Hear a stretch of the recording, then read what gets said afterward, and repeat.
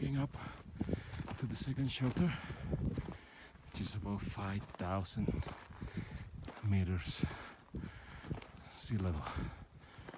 Whew. Exciting, but exhausting. Nevertheless, worth enough to be here in the closest place to the sun in the earth.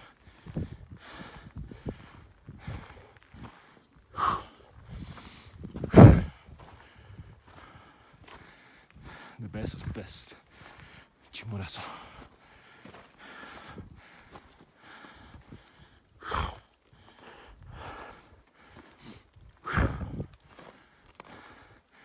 Very close to the permanent snuff.